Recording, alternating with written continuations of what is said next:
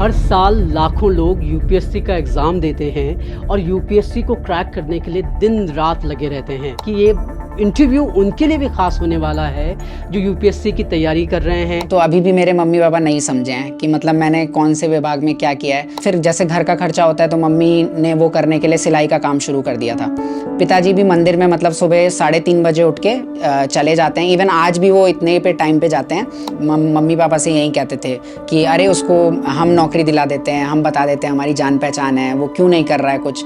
Even मैं इसीलिए घर जाना इग्नोर करता था, क्योंकि घर में जाओ कोई रिश्तेदार आएगा तो वो ऐसे ही क्वेश्चन पूछेगा। अगेन फिर मेंस के बाद भी मैं डिमोटिवेट हुआ कि नहीं मेरे से नहीं हो पाएगा, क्यों फालतू में इतना लगे हुए हैं, मेहनत कर रहा हूँ इतना। वो मतलब इतनी ज़्यादा मेहनत कर रखी थी स्टार्टिंग से। तो वो मेरा मतलब वो रो रही थी उस वक्त कॉल पे, और एक और आंटी थी वो उन्हें कह रही थी अरे रोइए मत, कोई बात नहीं कोई बात नहीं। मैं डर गया, मैं लगा क्या हो गया ऐसा। तो मैं उस वक्त एकदम रोने लग गया और रोड में साइड में बैठ गया मैं बिल्कुल रोते रोते। उसके बाद सर भी बिल्कुल मतलब वो भी मुझे लग रहा रो ही रहे थे। वो हिंदी का स्टूडेंट है, हिंदी मीडियम का स्टूडेंट है, वो आज धड़ाधड़ अंग्रेजी बोल लेता है। कम्युनिकेशन स्किल्स हम देख ही रहे हैं, आप हमसे बात कर रहे हैं। तो कैसे इन चैलेंजेस से आपने कैसे पार पाया? एक होता है पास करना कि मैंने पास कर लिया है, कोई एक रैंक हासिल कर ली है, और एक होता है कि नंबर 1 आना। दोनों में बड़ा डिफरेंस होता है। तो नंबर 1 आने के लिए आपकी कैसे तैयारियां रही, कैसे आप पढ़ाई करते थे, क्या शेड्यूल बनाया हुआ था? तो इसमें मेरा शेड्यूल ये रहता था कि मैं 3 या 4 बजे उठता था।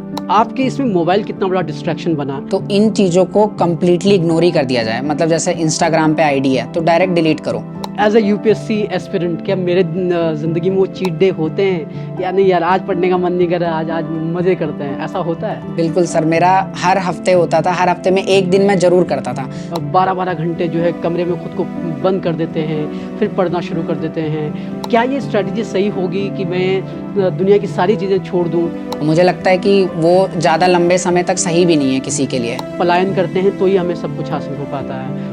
वो आपके मामले में भी सही है, मेरे मामले में भी सही है। तो क्या सोल्यूशन हो सकता है कि एक पहाड़ी लड़का जो अपने गांव में रहकर ही तैयारियां करना चाह रहा है, क्या ये पॉसिबल हो पाएगा उसके लिए अपने उत्तराखंड में रह के करना, या फिर आपकी और मेरी तरह उसको बाहर निकलना पड़ेगा? विकास दिव्य कृति हैं, आपने उनका नाम सुना ही होगा।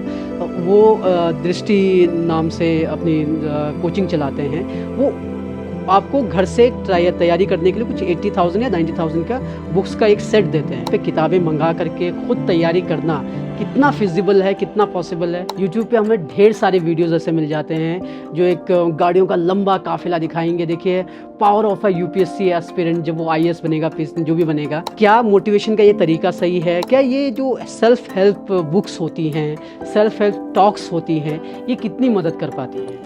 सर जैसा कि आपने बोला कि आधे 1 घंटे के लिए तो बहुत मोटिवेट रहते हैं, तो वहीं मेरे साथ भी होता था। लोगों को लगता है कि यार कंटेंट क्रिएटर बन जाएंगे, इनसे ज़्यादा कमाएंगे और फेम जो होगा वो अलग होगा।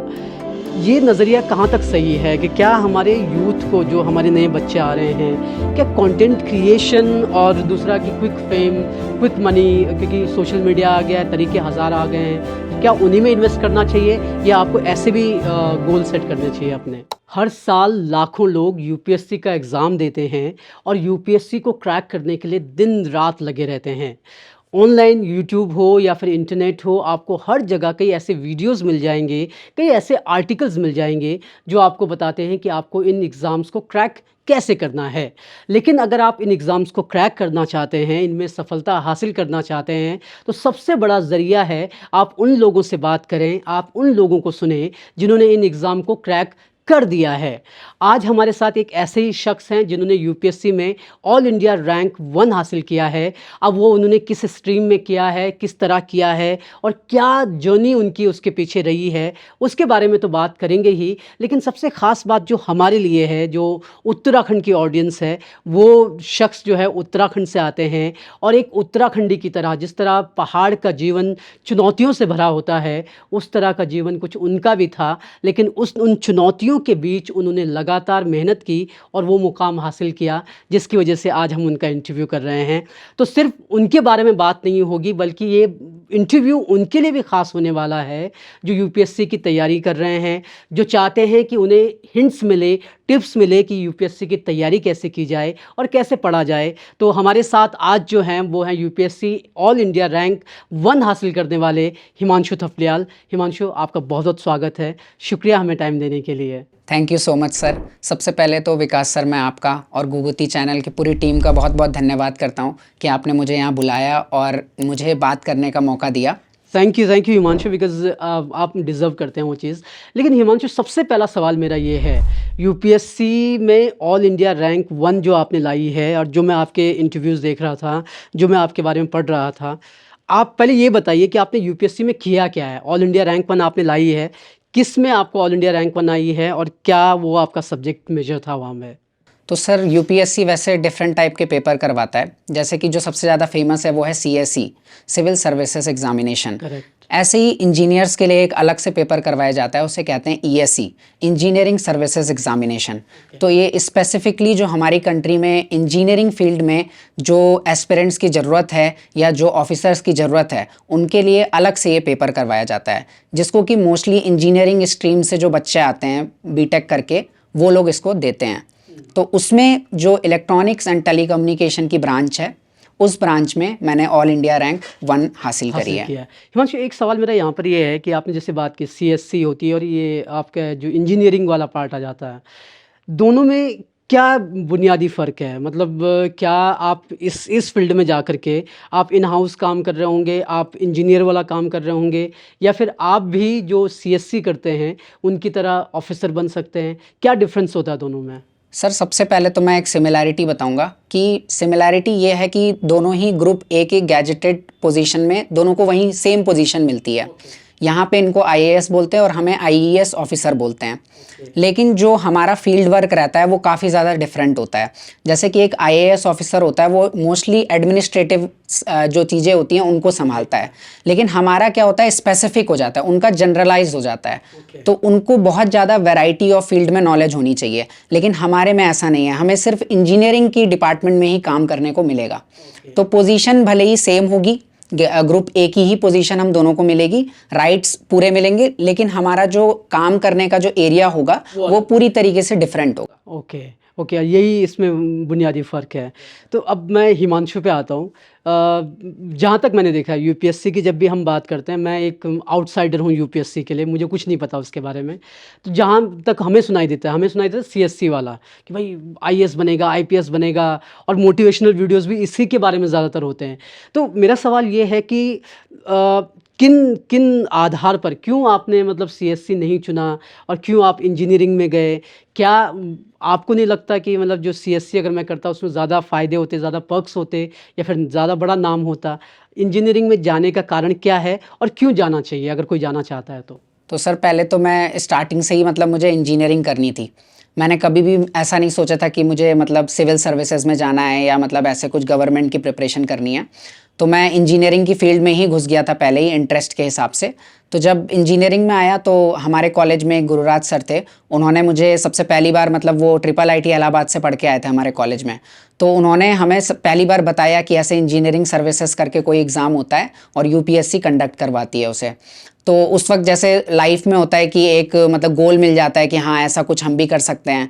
तो उस टाइम पे ये हुआ कि हाँ इंजीनियरिंग सर्विसेज की तैयारी करनी है, वहाँ से मोटिव आया जब उन्होंने हमें बताया। हमें भी नॉर्मली नहीं पता था, और इवन मेरे कॉलेज में भी मुझे लगता है किसी भी बच्चे को नहीं पता था कि ऐसा कुछ पेपर होता है। तो जब हमें पता चला तो बैक ऑफ द माइंड एक रह गया कि हाँ अब इसके लिए तैयारी करनी है। तो वहाँ से मोटिव आया और वहाँ से हमने इस एग्ज़ामिनेशन की तैयारी करना शुरू किया।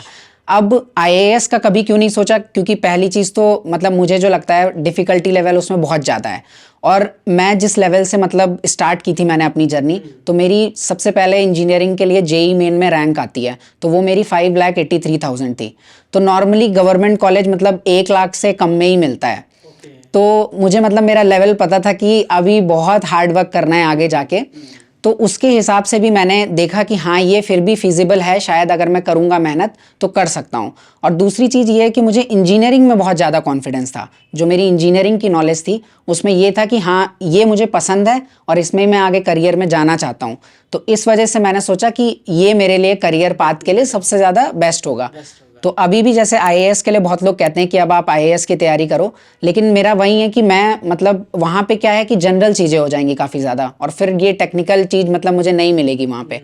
तो उसके लिए अभी थोड़ा पैशन है अंदर कि नहीं इसी फील्ड में करना है, तो इस वजह से मैं यहीं पे स्टिक हूँ और इसी में आगे करना चाहता हूँ। एग्री। जैसे हिमांशु ने बात की, हम डिफरेंस आपने समझ लिया, हम कैसे इसकी प्रिपरेशन की और क्या चीज़ें हो सकती हैं उन पे भी बात करेंगे, लेकिन थोड़ा हिमांशु के बारे में बात कर लेते हैं। हिमांशु, आप उत्तराखंड से आते हैं, इतना तो मुझे पता है। उत्तराखंड में कहाँ से आते हैं और मौजूदा वक्त में आप कहाँ रह रहे हैं? मेरा गाँव कलुड़ में है, ये पौड़ी गढ़वाल में आता है। और अभी मैं लखनऊ में रहता हूँ और मेरे माता पिता भी वहीं पे रहते हैं। तो आपने जो प्रिपरेशन की वो लखनऊ से ही की है? प्रिपरेशन करने के लिए मैं दिल्ली में आया था, 1 साल मैंने ड्रॉप लिया था। तो उससे बीटेक के बाद मैंने एमटेक भी किया है, जिसके लिए कि मैं कर्नाटका गया था। तो एनआईटी सूरतकल से मैंने एमटेक किया। उसके बाद मुझे वहाँ तक मतलब कॉन्फिडेंस आया कि हाँ मुझे मतलब अब इंजीनियरिंग सर्विसेज ही करना है। तो उसके लिए अगेन 1 साल ड्रॉप लिया, और जो कि मतलब हमारी फील्ड में जो सबसे बेस्ट कोचिंग रहती है वो दिल्ली में ही है। तो मैंने सोचा कि सब कुछ छोड़ छाड़ के कम्प्लीटली एकदम डेडिकेटेड इसी के लिए तैयारी करी जाए। तो सब कुछ छोड़ के फिर मैं दिल्ली आ गया था, एंड देन दिल्ली में 1 साल तैयारी करी, एंड देन लखनऊ में वैसे रहते हैं वहाँ पर। हाँ। पर हिमांशु, जैसे क्योंकि खुद मुझे समझने के लिए तुम्हें पूछना पड़ा कि भाई यूपीएससी में तुमने कहाँ ऑल इंडिया रैंक हासिल की है। आपके माँ बाप के लिए जो पहाड़ से आते हैं या फिर जो दूसरे लोग होते हैं, उनको ये समझाना बड़ा टास्क हो जाएगा। तो माँ बाप को कैसे तुमने बताया कि यार मैं यूपीएससी में फलानी चीज़ कर रहा हूँ और ये चीज़ मेरे साथ हुई है? सर एक्चुअली अगर मैं आपको मतलब सच्चाई बताऊं तो अभी भी मेरे मम्मी पापा नहीं समझे हैं कि मतलब मैंने कौन से विभाग में क्या किया है। जैसे मेरे फादर, जब मेरा रैंक निकल गया था तो मैंने पापा को बताया कि मेरा ऑल इंडिया रैंक 1 आया है। तो मेरे पापा मुझसे बार बार पूछ रहे थे कि मुझे लोग कॉल कर रहे हैं, उनको बताना क्या है। तो मैंने बहुत तरीके आजमाए कि आप ऐसा बोलिए, बट वो कुछ बोल नहीं पाए। तो अल्टीमेटली बस अब मैंने उनको बोला है कि आप बस ये बोलिए मैं ऑफिसर बन गया हूँ। तो अब वो वहीं बोलते हैं। तो माँ बाप के लिए वही है कि उनको तो नॉर्मल मतलब जैसे गवर्नमेंट जॉब हो गई है, वहीं उनका स्टार्टिंग से ही था। तो उनको कोशिश तो करी, लेकिन इतना समझा नहीं पाया। अब मुझे लगता है शायद आगे जाके जब मैं काम करूंगा या जहाँ विभाग में जाऊंगा उन्हें ले जाऊंगा, किस तरीके से काम होता है थोड़ा बहुत दिखाऊंगा, तो शायद तभी समझ में आएगा। थोड़ा सा आपके बैकग्राउंड पे चलते हैं हिमांशु। आपने जैसे कहा पौड़ी गढ़वाल से आप आते हैं, आपके पेरेंट्स क्या करते हैं और ये लखनऊ मूव होना कैसे हुआ, उसके बाद कैसे फिर आप पिथौरागढ़ पहुँचे, उसके बारे में, उस जर्नी के बारे में थोड़ा बताइए। तो सर मेरी मतलब मम्मी लक्ष्मी देवी, उनकी शादी 18 साल में हो गई थी, लेकिन मम्मी को पढ़ाई में मतलब बहुत ज़्यादा इंटरेस्ट था। तो उसके बाद जब वो गांव गई तो गांव में हमारे बहुत ज़्यादा खेत हैं, मतलब 18-20 खेत होंगे, और काम करने वाले सिर्फ 2-3 लोग। तो मम्मी सुबह से शाम कहीं पहाड़ में जाना, लकड़ी तोड़ के लाना, तो इससे मतलब बहुत ज़्यादा थक गई थी धीमे धीमे करके। लेकिन पापा को क्या हुआ कि मौका मिला, लखनऊ में एक मंदिर था वहाँ पे पूजा पाठ का, तो पापा वहाँ पे आ गए। तो फिर एक बार मतलब एक बहुत दिलचस्प बात है कि मेरे दादाजी ने ऐसे ही मेरी मम्मी से बोला कि इतने टाइम से, मेरे पिताजी का नाम शंभू है, तो उन्होंने बोला कि शंभू इतने टाइम से घर क्यों नहीं आ रहा है, उसको चिट्ठी लिख के भेजो। तो उन्होंने बोला कि उनको बोलो कि आप वापस आ जाओ गाँव में भी, क्योंकि पूजा पाठ का बहुत काम है, यहाँ पर भी कर सकते हो। तो मेरी मम्मी को लगा कि अभी मतलब उस टाइम पे दिमाग में ऐसे चलता है ना कि अगर बोल दिया तो ये तो वापस आ जाएंगे, इतना अच्छा खासा वहाँ जम रहा है। तो मम्मी ने, और हमारे गांव में इवन जो रोड है वो भी अभी 4-5 साल हुआ है आए हुए। तो उस टाइम पे आप सोच सकते हैं कि पढ़ाई के मामले में तो अगर करनी भी होती तो वो मतलब बहुत टफ होता। तो मम्मी ने वहीं चिट्ठी में लिखा कि तुम जहाँ पे भी हो, जो भी कर रहे हो, बढ़िया से उसी में काम मन लगा के काम करो, यहाँ वापस आने की ज़रूरत नहीं है। और बस ऐसे ही करके फिर पापा ने हमें कुछ टाइम बाद वहीं बुला लिया और हम लोग वहीं शिफ्ट हो गए। तो उसके बाद फिर जैसे घर का खर्चा होता है तो मम्मी ने वो करने के लिए सिलाई का काम शुरू कर दिया था। पिताजी भी मंदिर में मतलब सुबह 3:30 बजे उठ के चले जाते हैं, इवन आज भी वो इतने पे टाइम पे जाते हैं, और फिर वहीं शाम को 8-9 बजे उन्होंने वापस आना है। एंड मम्मी भी जैसे घर का खर्चा करना पड़ता था तो उन्होंने सिलाई का काम शुरू कर दिया था। तो ऐसे कर करके हमने स्कूलिंग मतलब कंप्लीट करी। अब मेरी जो कि रैंक अच्छी आई नहीं थी जेई मेन में, क्योंकि कुछ आइडिया ही नहीं था कि मतलब करना क्या है। किसी ने बोला कि जेई मेन की वो करो और पेपर दो और उससे जो भी आएगा चले जाना। तो अब क्या था कि सरकारी उस टाइम पे बहुत ज़्यादा था कि सरकारी कॉलेज मिलना चाहिए। तो पिथौरागढ़ में क्या हुआ कि मैंने मतलब फॉर्म भरा था उत्तराखंड का जितना भी गवर्नमेंट कॉलेजेस उसमें होते हैं, तो उसमें पिथौरागढ़ में एक गवर्नमेंट कॉलेज मिल गया। तो घर वाले, अब हमें नॉलेज कुछ भी नहीं थी कॉलेज के बारे में, लेकिन गवर्नमेंट है तो घर वाले बहुत खुश हो गए। तो मैंने भी फिर उनको ये नहीं बोला कि कहाँ जा रहा हूँ या क्या कर रहा हूँ, और मैं भी चला गया पिथौरागढ़। अब जब पिथौरागढ़ गया तो कॉलेज देखा कि कॉलेज में रोड तक नहीं जा रखी है, और बिल्कुल जैसे मतलब हमारे गाँव की हालत है बिल्कुल वैसे ही वहाँ पे भी कॉलेज की हालत थी। और मैं पढ़ा हुआ हूँ लखनऊ में, मतलब अच्छा स्कूल था। डिफरेंस वो दिख गया होगा। यस, बहुत ज़्यादा डिफरेंस था, मतलब जैसे पानी की सुविधा होती है, एकदम बेसिक बेसिक चीज़ें भी नहीं थी वहाँ पे। लेकिन फिर वही है कि मतलब ये था कि घर में पैसे थे नहीं प्राइवेट कॉलेज में करवाने के लिए, और वापस जाने का कोई मतलब नहीं था। तो मैंने सोचा कि अब रैंक कम आई है तो मुझे मेहनत तो करनी पड़ेगी, मैं कहीं भी जाऊँगा करनी तो पड़ेगी। तो उस वक्त जितनी नॉलेज थी उस हिसाब से सोचा कि नहीं, यहीं पे रह के टिक जाता हूँ और अच्छे से आगे जाके मेहनत करूँगा, कोई बात नहीं, अभी जो मिला माँ बाप ने मतलब इतनी मेहनत से यहाँ भी पहुँचा दिया तो बड़ी बात है, ऐसा सोच के वहीं रुक गया। वहीं रुक गया। एक हिमांशु, जब आपका जेई में 5,83,000 जो आपने कहा कि रैंक आया, तो उसके बाद क्या ऐसा नहीं लगा कि यार नहीं, अब चलो गिव अप कर देते हैं, कहाँ से पैसे लेकर आएंगे? घर वालों ने नहीं बोला कि बेटा भाई तू अब जो है ये तो पापा की तरह पंडिताई कर ले या फिर कहीं नौकरी पकड़ ले? बिकॉज अक्सर होता क्या है कि माँ बाप का कंसर्न यही होता है कि यार खर्चे कहाँ से आएंगे, क्योंकि आपकी कमाई उतनी नहीं है। तो क्या वो फेज़ नहीं आया? अगर वो आया तो कैसे उससे डील किया? सर इसमें क्या होता था कि एक्चुअली लोग मेरे फादर को बोलते थे कि तुम अपने बेटे को कहाँ बीटेक कराने भेज रहे हो, आप उसको बल्कि ढोलक बजाना सिखाओ ताकि साथ में आपके बजाएगा, कहीं कीर्तन भजन करेगा। तो इसमें क्या था कि मेरे पेरेंट्स, जैसे मम्मी का भी था कि पढ़ नहीं पाई थी, तो उनको बीटेक इंजीनियरिंग के बारे में नहीं पता था, लेकिन उनको मेरे पे विश्वास था कि नहीं, मैं जो करना चाहता हूँ वो उसको करने दो, मतलब पढ़ना चाहता है तो उसे पढ़ने दो। तो इस मामले में पेरेंट्स का ये था कि उन्होंने, वो अपोजिट थे, मतलब वो कहते थे बेटा अब तो तू कुछ करके दिखा, क्योंकि देख लो लोग मतलब किस तरीके से सोचते हैं। तो वो हमेशा अपोजिट करते थे कि नहीं तुम जाओ पढ़ो और करो, मतलब जो करना चाहते हो। बाकी इवन गवर्नमेंट कॉलेज में भी पढ़ाना उनके लिए डिफ़िकल्टी था, वहाँ पे भी जितनी फ़ीस थी वो नहीं कर पाते थे। लेकिन ये है कि जो साथ वाले हैं कुछ लोग सपोर्टिव हैं, तो थोड़ा बहुत एक टाइम की फ़ीस किसी से ले ली, थोड़ा बहुत कहीं से हेल्प ले ली, क्योंकि सिस्टर का भी स्टार्ट हो गया था, मेरा बीकॉम कर रही थी वो, तो उसका प्राइवेट कॉलेज से था और उसकी भी फ़ीस मेरे कॉलेज के थोड़ा बहुत बराबर ही थी जा, तो वो डबल करना थोड़ा सा डिफ़िकल्ट था। लेकिन कुछ भी करके मतलब उन्होंने सोचा कि नहीं, पढ़ाई तो नहीं रोकनी है, मतलब पढ़ाई तो करवाना ही करवाना है, तो वो पढ़ाई का फल मिल गया आज। तो ये हिमांशु, हम प्रिपरेशन पर आते हैं आपकी। जब आपने इस चीज़ के लिए शुरुआत की, जब आपको लगा कि मुझे इसका एग्ज़ाम देना है, एक जनरल टर्म्स में बताइए कि अगर मुझे यूपीएससी जो आपने किया है इलेक्ट्रॉनिक्स में करना है या इंजीनियरिंग में करना है, तो क्या प्रोसेस है, कहाँ से शुरू होती है, कहाँ तक आप पहुँचते हैं उसमें?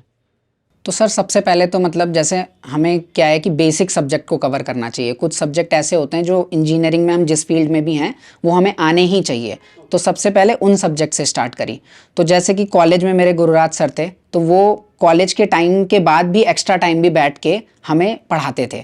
तो उनसे क्या किया कि जितने भी बेसिक सब्जेक्ट थे वो सारे मैं सीखने लग गया, क्योंकि कॉलेज में रह के जितने रिसोर्सेज हैं उसका कम से कम जितना भी हम फ़ायदा ले सकते हैं वो लेने का सोचा। और उस टाइम पे सर हमारी अलग से क्लास लेते थे, तो वहाँ से बेसिक कंप्लीट हुआ। जैसे मैथमेटिक्स मुझे लगता है कि सबको आनी चाहिए हमारी स्ट्रीम में, उसमें तो मेरी मैथमेटिक्स बहुत ज़्यादा वीक थी, तो मैंने सबसे पहले उस पर काम करना शुरू किया। तो ऐसे करके जितने भी बेसिक सब्जेक्ट्स होते हैं सबसे पहले उनमें करना है। और हमारे में क्या होता है कि अब जैसे इंजीनियरिंग सर्विसेज एक बड़ा गोल हो गया, लेकिन उससे पहले एक हमारे में गेट भी एग्ज़ाम होता है, जिससे कि हम लोग एमटेक अगर करना चाहते हैं तो एक सरकारी कॉलेज में एमटेक कर सकते हैं। तो सर ने हमें एक ये आइडिया दिया कि अगर डायरेक्ट उतना बड़े पेपर की तैयारी करोगे तो कहीं ना कहीं घबरा जाओगे, अगर होगा नहीं तो हार मान जाओगे। तो बोला कि पहले एक ऐसा स्टेप लो कि पहले गेट की तैयारी करो और एक अच्छे कॉलेज में जाओ। तो हमने सबसे पहले गेट की तैयारी करी। गेट के लिए फिर इसीलिए एनआईटी सूरतकल में मतलब मेरा वहाँ पे नाम निकला, और उसमें स्कॉलरशिप भी मिलती है हमें। तो 2 साल तक हर महीने 12,500 रुपये मिला था हमें वहाँ पे। तो वो जब गेट पर निकाला तो पहली बार में तो 8 महीने तैयारी करी थी और नहीं निकल पाया। ऐसे ही करके करी कि किताबें ले ली और नॉर्मल पढ़ना शुरू करा और क्वेश्चन प्रैक्टिस करने लग गए बस। लेकिन उतना इनफ नहीं होता है, फिर अगेन क्योंकि पहले से पढ़ नहीं रखा है तो 1 साल अगेन ड्रॉप लिया। और इस पूरे फेज़ में जो स्ट्रैटेजी बनानी है या कैसे क्या करना है तो वो मैं सर से कंसल्ट करता रहा कि सर ये दिक्कत आ रही है, इसे कैसे करना है। तो वो धीमे धीमे स्टेप बाय स्टेप बताते गए। तो ऐसे करके फिर जब एमटेक करने के लिए अच्छे कॉलेज में गया, वहाँ पे लाइव देखा थोड़ा बहुत, फिर समझ में धीमे धीमे आ गया कि हाँ कैसे करनी है तैयारी। फिर दिल्ली गया, फिर इंजीनियरिंग सर्विसेज के लिए किया। तो कहने का मतलब है कि अगर इतना कोई बड़ा टारगेट रख रहा है और वो किसी ऐसी जगह से आ रहा है जो मतलब बहुत ज़्यादा बैकवर्ड्स है या अभी बहुत ज़्यादा मेहनत करने की ज़रूरत है, तो स्टेप बाय स्टेप चीज़ों को लेके जाया जाए, मतलब डायरेक्ट नहीं पहुंचा जा सकता है। तो मैंने 3rd ईयर से स्टार्ट की थी तैयारी, और 2 साल वो 2 साल एमटेक और ये 5वें साल में मतलब हुआ है, तो 5 साल लग गए टोटल। 5 साल लग गए। ये जर्नी 5 साल की जर्नी है। मैं आपके इंटरव्यूज़ देख रहा था और उसमें आपने एक जगह बोला कि भई मुझे पहले इंग्लिश भी नहीं आती थी, मैं हिंदी का स्टूडेंट रहा हूँ और प्लस मुझे कम्युनिकेशन स्किल्स जो है वो मेरी बहुत स्ट्रॉन्ग नहीं थी। कई लोगों को ये दिक्कत होती है और आपने तो ख़ैर न उसमें ऑल इंडिया रैंक 1 हासिल किया है। तो कैसे आपने इन चैलेंजेस को पार किया कि भई हिंदी का स्टूडेंट है, हिंदी मीडियम का स्टूडेंट है, वो आज धड़ाधड़ अंग्रेज़ी बोल लेता है, कम्युनिकेशन स्किल्स हम देख ही रहे हैं, आप हमसे बात कर रहे हैं। तो कैसे इन चैलेंजेस से आपने कैसे पार पाया? तो सर जब मैं मतलब इंटरव्यू की तैयारी करनी थी मुझे, तो 1 साल पहले से मतलब गुरुराज सर थे, उन्होंने मुझे पहले ही बता दिया था कि तुम बिल्कुल बोल नहीं सकते हो, मतलब तुम अगर पैनल के सामने जाओगे तो तुम कुछ नहीं बोल पाओगे। तो मुझे उस टाइम पे रियलाइजेशन हो गया था कि मुझे सुधारना है खुद को। तो एक चीज़ तो ये अच्छी हुई कि मैं एमटेक करने के लिए साउथ इंडिया में गया, वहाँ पे सबसे इंग्लिश में ही बात करनी होती थी, तो कंपलसरी क्या हुआ कि थोड़ा बहुत बोलना वहाँ पे सीख गया था। लेकिन जब यहाँ पे आया तो फिर अगेन था कि अब यहाँ नॉर्मली बात करना तो अलग होता है, लेकिन इंटरव्यू पैनल में एकदम कॉन्फिडेंट के साथ बोलना वो बहुत डिफरेंट है। तो हमने क्या किया था कि हमारे ही कॉलेज की एक दूसरे विभाग की मैम थी, तृप्ति मैम, वो सिविल इंजीनियरिंग से थी, लेकिन उनको मैंने कांटेक्ट किया और मैम को बोला कि मैम उनकी स्पीकिंग स्किल्स बहुत अच्छी हैं, तो मैंने मैम से बोला कि मैम क्यों ना हम लोग एक सेशन करें, डेली आधे घंटे का सेशन करें, जिसमें कि आप मुझसे सवाल करिए और मैं आपको इंग्लिश में जवाब देने की कोशिश करूंगा। तो ऐसे करके हमने क्या किया, जब इंटरव्यू आने वाला था उससे कम से कम 5-6 महीने पहले से डेली आधे घंटे का एक सेशन किया।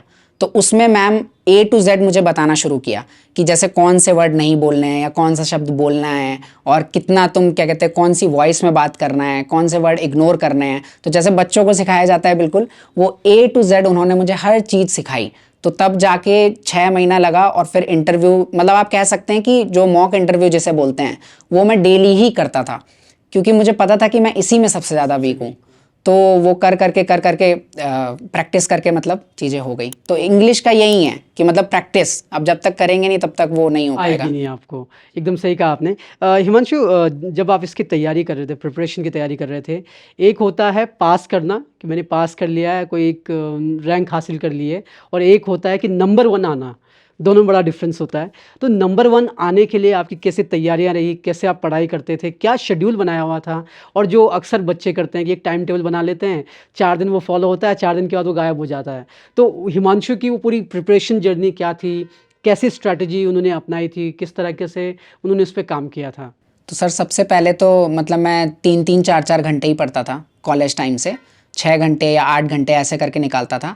और मैंने अचानक से अपना टाइम नहीं बढ़ाया, बहुत धीमे धीमे करके बढ़ाया टाइम को।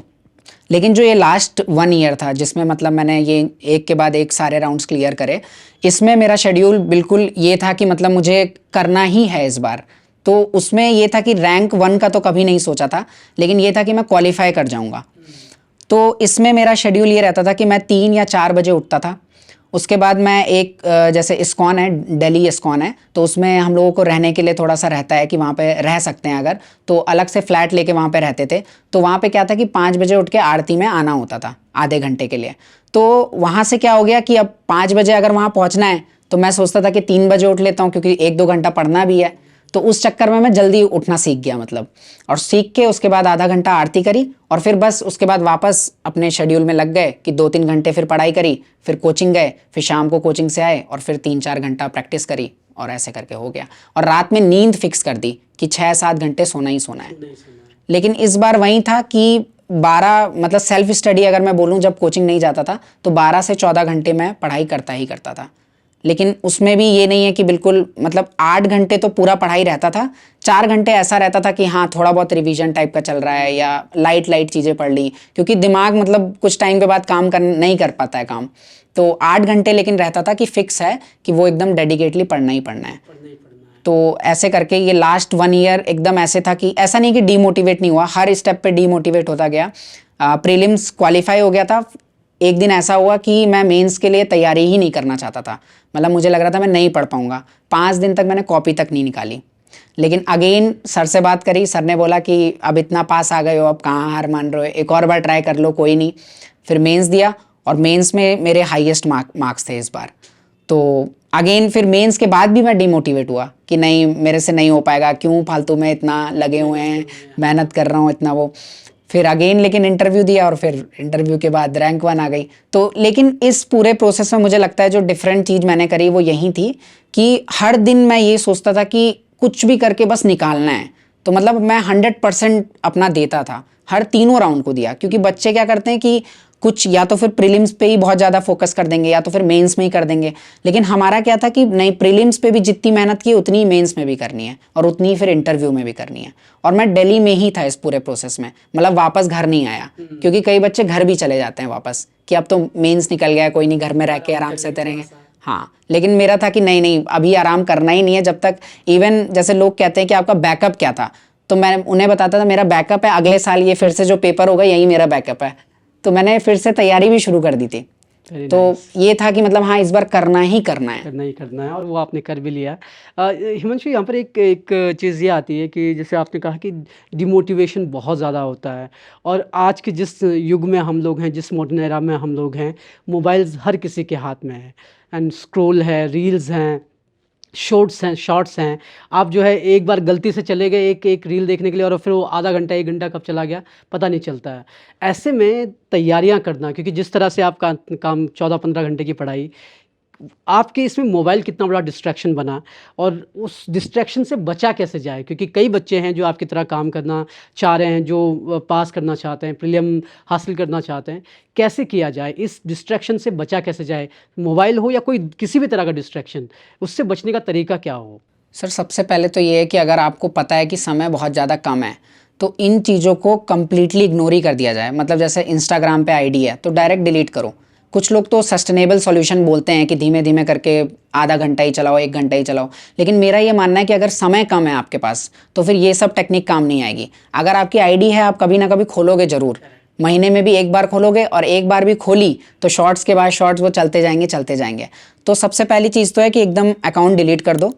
लेकिन अब अकाउंट डिलीट करके आप वापस जब पढ़ने बैठोगे तो बोरियत तो आएगी ही आएगी। तो आपको पैरेलल में क्या करना है, कुछ एक्टिविटीज़ स्टार्ट करनी है। अगर आप कुछ नेगेटिव कम कर रहे हो तो कुछ पॉजिटिव स्टार्ट करना पड़ेगा। तो जैसे कि कुछ लोगों को नॉवेल पढ़ने की आदत होती है, तो ऐसी आदतें कर लो। तो जैसे मुझे भी जब मोबाइल यूज़ करने का बहुत ज़्यादा मन करता है तो मैं उसके पैरेलल में कुछ ना कुछ स्टार्ट कर देता हूँ। तो मुझे नॉवेल्स पढ़ने का काफ़ी शौक था तो मैंने वो स्टार्ट कर दिया था। ऐसे ही कुछ लोगों को स्पोर्ट्स काफ़ी ज़्यादा अच्छा लगता है तो उसमें मान लीजिए बैडमिंटन खेलने चले गए, या किसी को गिटार बजाना पसंद है तो वो करना शुरू कर दिया। तो इसमें क्या करना है कि जिस टाइम पे आप डिस्ट्रैक्ट हो रहे हैं, जिस टाइम पे आपको लग रहा है मुझे ये चीज़ मोबाइल यूज़ करना है, उसी टाइम पे आप कोई और एक्टिविटी करिए। और मतलब ठान लीजिए कि मोबाइल तो नहीं चलाऊंगा, भले ही मैं कोई बात नहीं, मैं कुछ किताब पढ़ लेता हूँ, कोई बात नहीं, मैं खेलने कूदने चला जाता हूँ। तो ये धीमे धीमे जब करेंगे आप तो क्या होगा कि मोबाइल की आदत अपने आप धीमे होती जाएगी और आपको इन सब चीज़ों में ज़्यादा मज़ा आने लगेगा। Good one. लेकिन हिमांशु, जैसे कि जिम वाले जो बंदे होते हैं वो जिम जाते हैं, उनका एक चीट डे होता है कि ठीक है यार आज जहाँ चीट करते हैं, तो उनकी डाइट में चीट हो जाता है। तो एज अ यूपीएससी एस्पिरेंट, क्या मेरे ज़िंदगी में वो चीट डे होते हैं कि यार नहीं यार आज पढ़ने का मन नहीं कर रहा, आज मज़े करते हैं, ऐसा होता है? बिल्कुल सर, मेरा हर हफ्ते होता था। हर हफ्ते में एक दिन मैं ज़रूर करता था। पहले तो क्या था कि मैं रेगुलर हफ्ते पढ़ता जाता था और फिर एग्जॉस्ट हो जाता था। लेकिन फिर मुझे समझ में आया कि सस्टेनेबल सॉल्यूशन ये होगा कि हफ्ते में एक दिन का ब्रेक ले ही लिया जाए।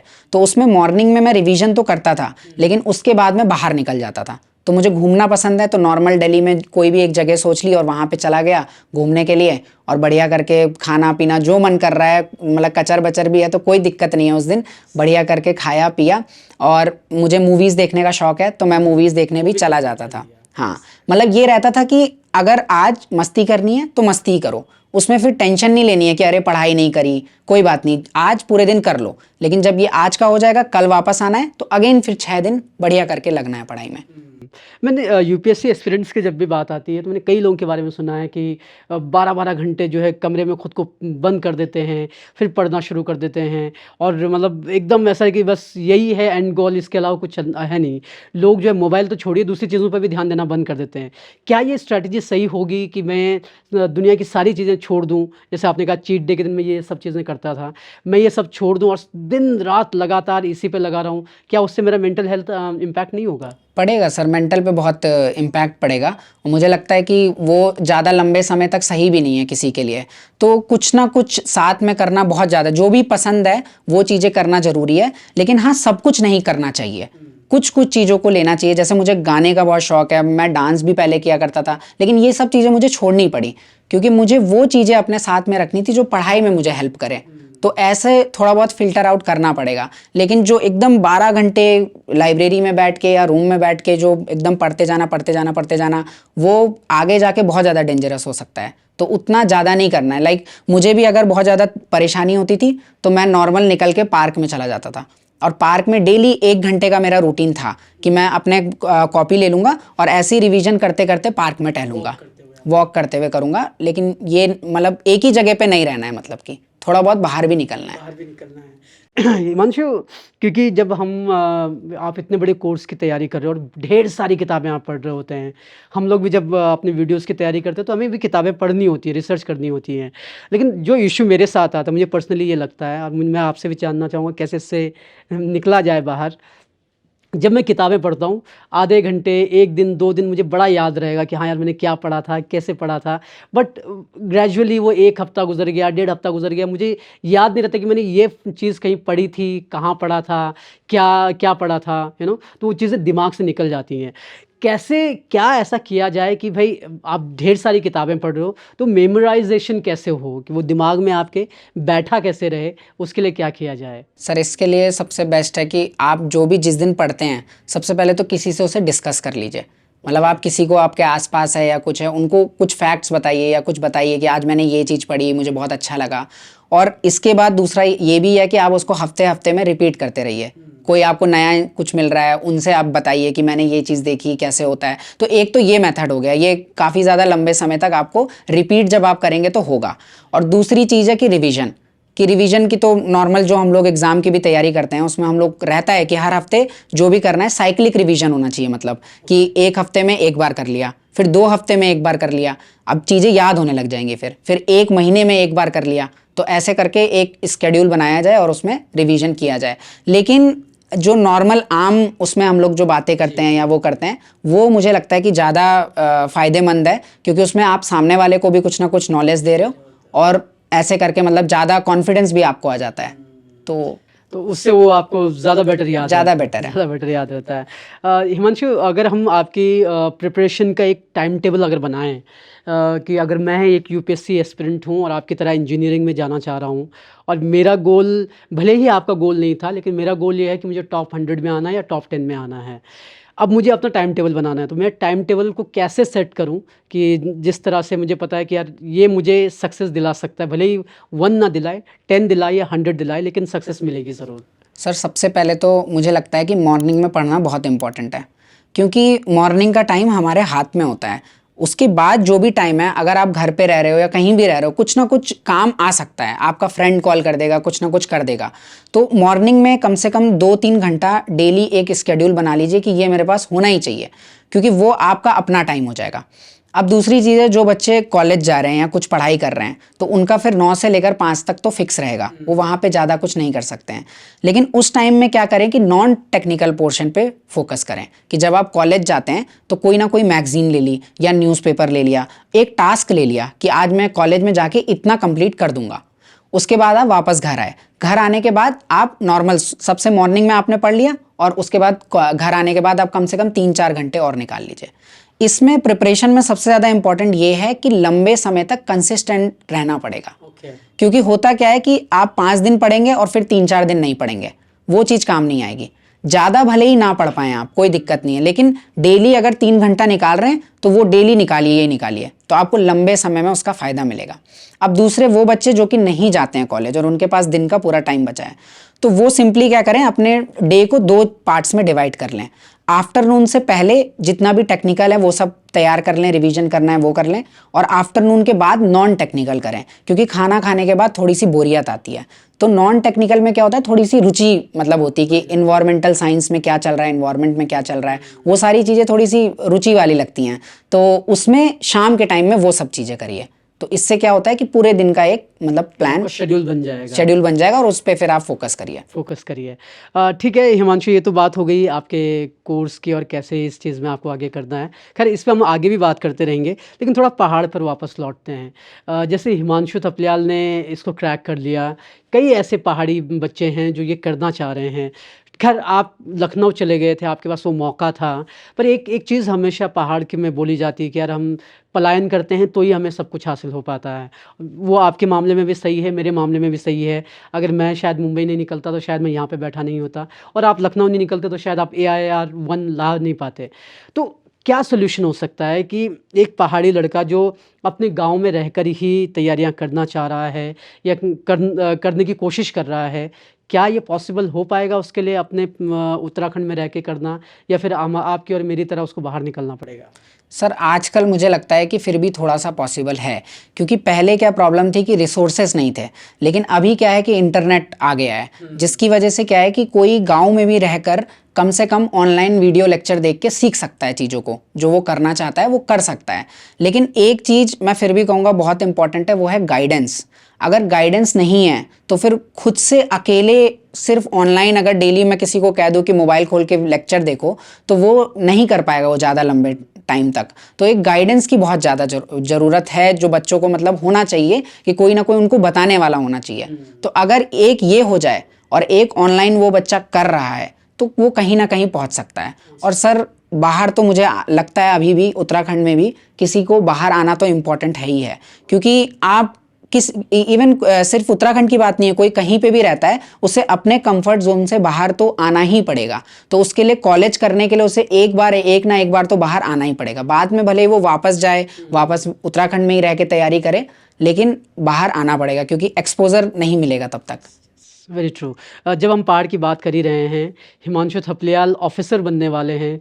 जब ये बात परिवार को पता चली, परिवार के लोगों को पता चली और गांव में पता चला कि यार भाई हमारे गांव के लड़के ने कुछ किया है, अब भले ही उनको समझ में नहीं आया वो किया क्या है, लेकिन ये समझ में आया कि सरकारी नौकरी मिल गई है, क्योंकि पहाड़ में सरकारी नौकरी भी बड़ी चीज़ है।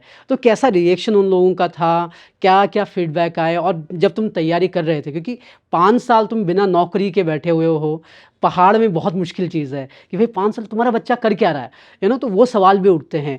तो प्री रिजल्ट और पोस्ट रिजल्ट क्या क्या रिएक्शंस आ रहे थे? तो सर रिजल्ट से पहले तो यही था कि सब मम्मी पापा से यही कहते थे कि अरे उसको हम नौकरी दिला देते हैं, हम बता देते हैं, हमारी जान पहचान है, वो क्यों नहीं कर रहा है कुछ। इवन मैं इसीलिए घर जाना इग्नोर करता था, क्योंकि घर में जाओ कोई रिश्तेदार आएगा तो वो ऐसे ही क्वेश्चन पूछेगा। कई लोगों से मैं बात कर नॉर्मली मिलने जाता था, उन्हें कहता था कि मैं UPSC की तैयारी कर रहा हूँ, तो वो कहते थे कि अरे इसका इंटरव्यू निकला है वो दे दो ना, यहाँ ये चीज़ निकली है वो दे दो, कहाँ तुम इतने बड़े उसमें पढ़े हो।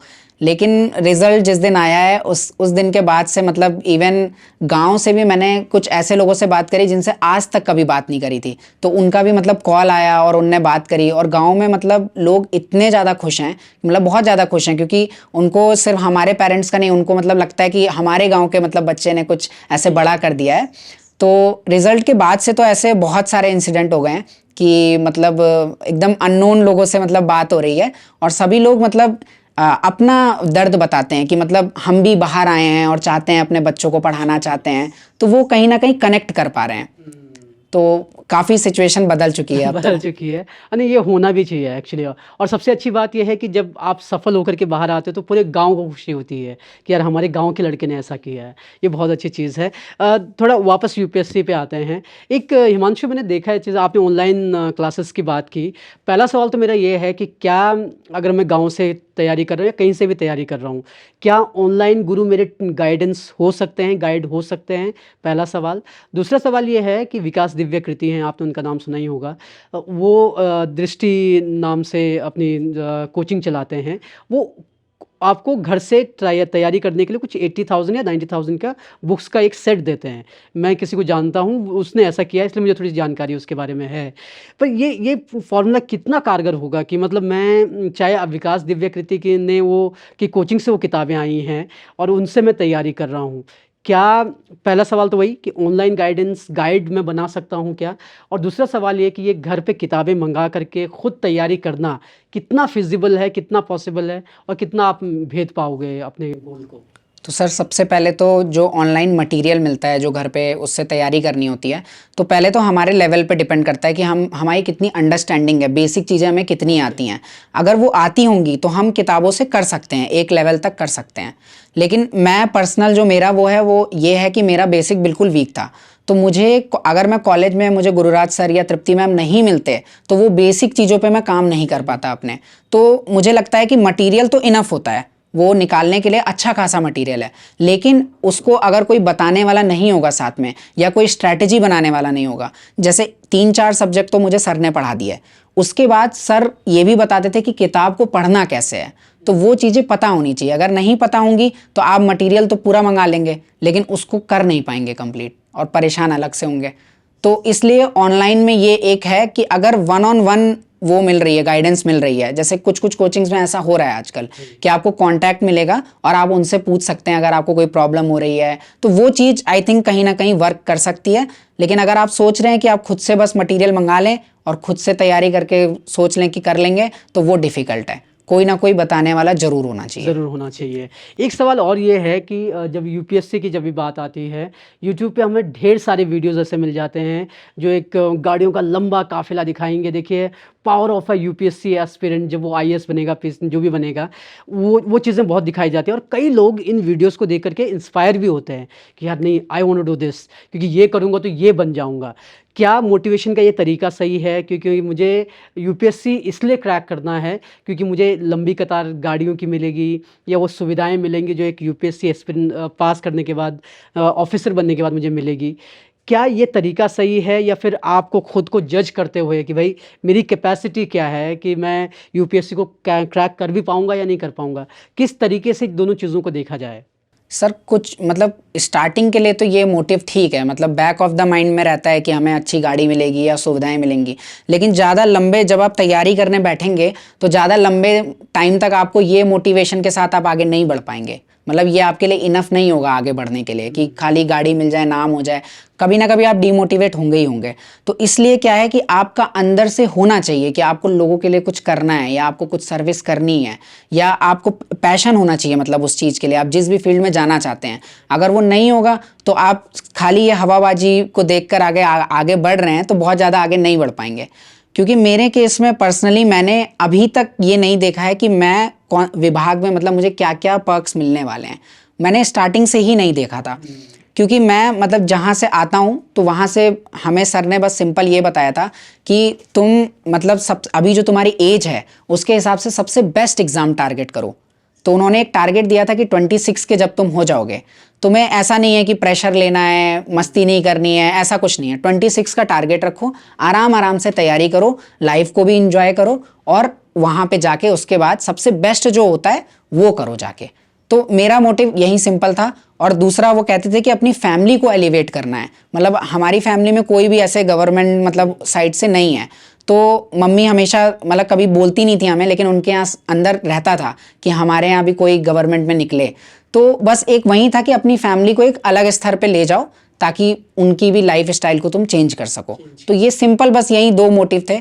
और इंजीनियरिंग में मतलब मैं पढ़ रहा हूँ तो उसी फील्ड में अगर कुछ अच्छा करने का मौका मिल जाए तो वो भी एक अच्छी चीज़ है, बेटर वो ऑप्शन है ही वो।